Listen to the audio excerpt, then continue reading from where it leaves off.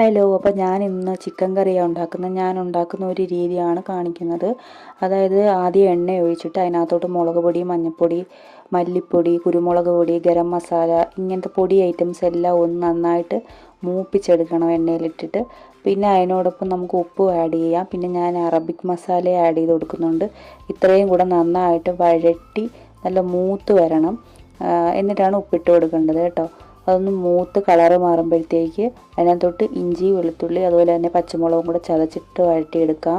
അതിന് ശേഷം ഇവിടെ സവാള അരിഞ്ഞിരുന്നുണ്ട്, അതും കൂടെ ആഡ് ചെയ്ത് കൊടുത്ത് നന്നായിട്ട് വഴറ്റണം. അപ്പോൾ ഉള്ളി നന്നായിട്ട് വഴണ്ട് വന്നപ്പോഴത്തേക്ക് തക്കാളി ആഡ് ചെയ്ത് കൊടുക്കാം.